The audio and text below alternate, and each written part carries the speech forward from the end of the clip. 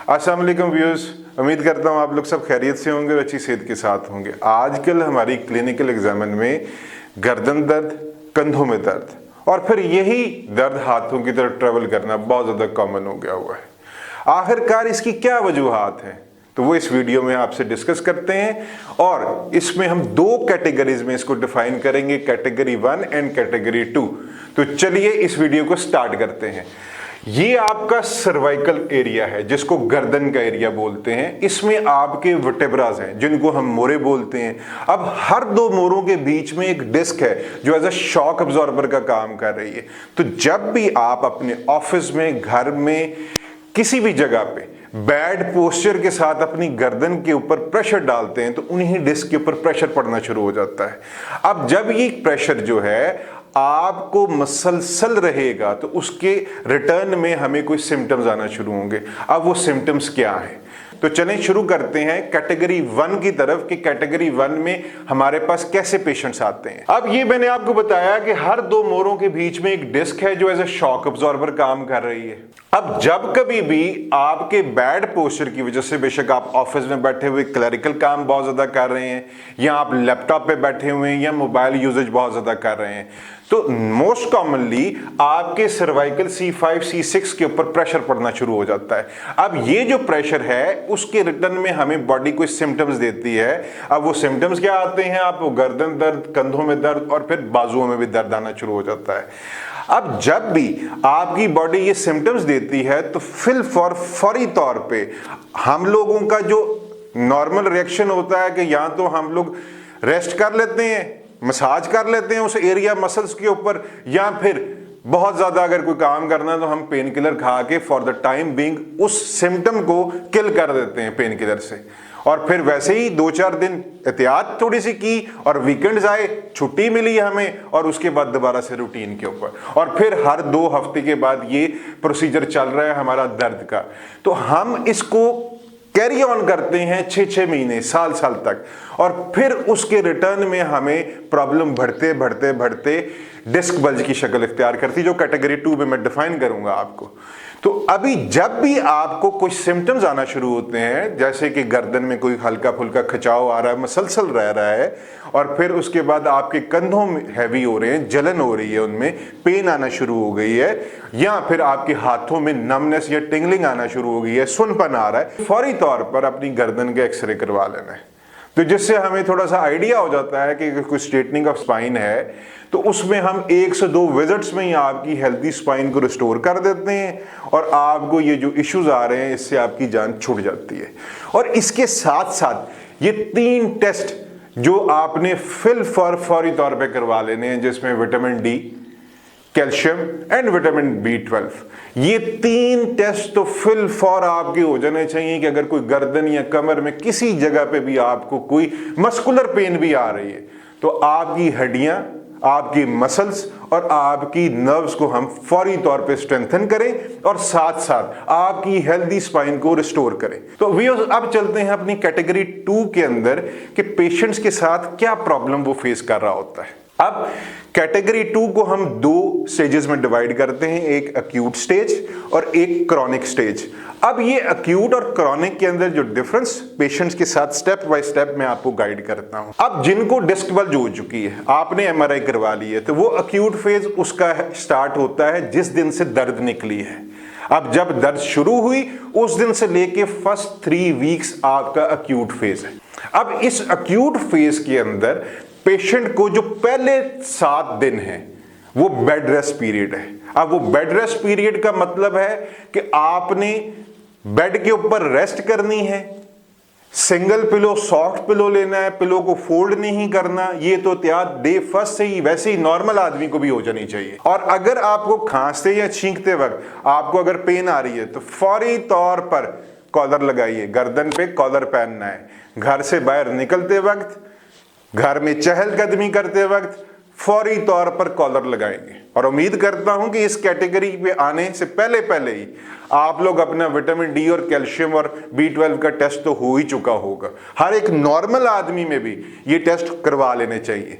क्योंकि हम चलते फिरते पाकिस्तान में विटामिन डी डेफिसिट है, क्योंकि हम सूरज की रोशनी में तो एक्सपोज होते कोई नहीं है। और अगर ये मिथ आपके अंदर चल रही है कि हम चलते फिरते घर से बाहर निकलते हैं और हमें विटामिन डी मिल जाएगी, तो सॉरी टू से, जब तक आपकी स्किन एक्सपोज नहीं होती तो आपको नेचुरली विटामिन डी नहीं मिलती। तो इसलिए उसका सबसे सादा हल है, अपना टेस्ट करवा लीजिए। अब बीमार है तो घर वाले और रिश्तेदार जितने भी आते हैं वो कहते हैं ये तो बीमार है, लेटा रहता है, इसको खिलाओ पिलाओ और देते जाओ कुछ ना कुछ हर थोड़ी देर बाद। सॉरी, ये काम नहीं करना।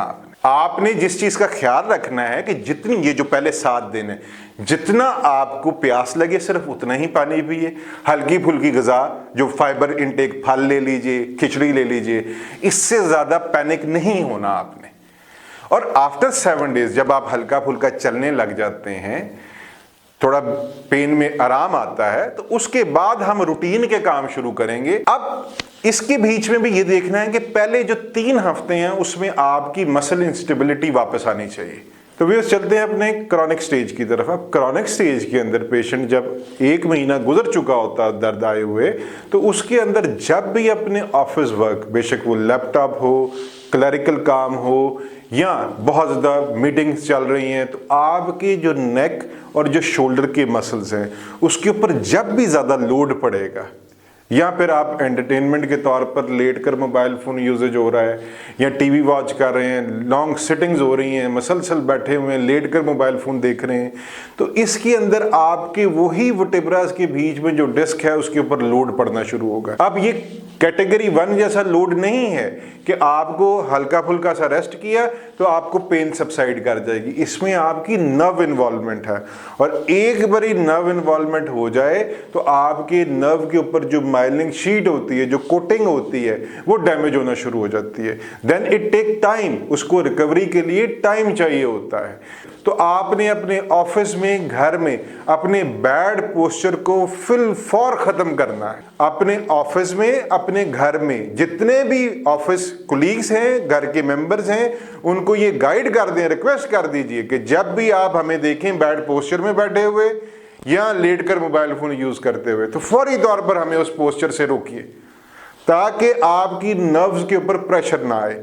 और इसमें हम कायरोप्रैक्टिक ट्रीटमेंट से आपकी हेल्दी स्पाइन को भी रिस्टोर करते हैं और आपकी नर्व कंप्रेशन को भी रिलीज करते हैं। अब इसमें मैं आपको 2 ऐसी कैटेगरीज हैं जो हमें अक्सर तो नहीं देखने को मिलती, बट कभी कभार हमें पेशेंट्स को ये जो कैटेगरी 1 और कैटेगरी 2 के अलावा एक कैटेगरी आ जाती है जिसमें आपके सर्वाइकल C1 C2 के ऊपर प्रेशर होने की वजह से आपके अंदर कुछ बॉडी सिम्टम्स देती है, जिसमें चक्कर आना हो सकता है, जिसमें सर दर्द हो सकता है, मिग्रेन के इश्यूज हो सकते हैं, या नींद के ना आने, एंग्जाइटी, डिप्रेशन के इश्यूज आने लग जाते हैं।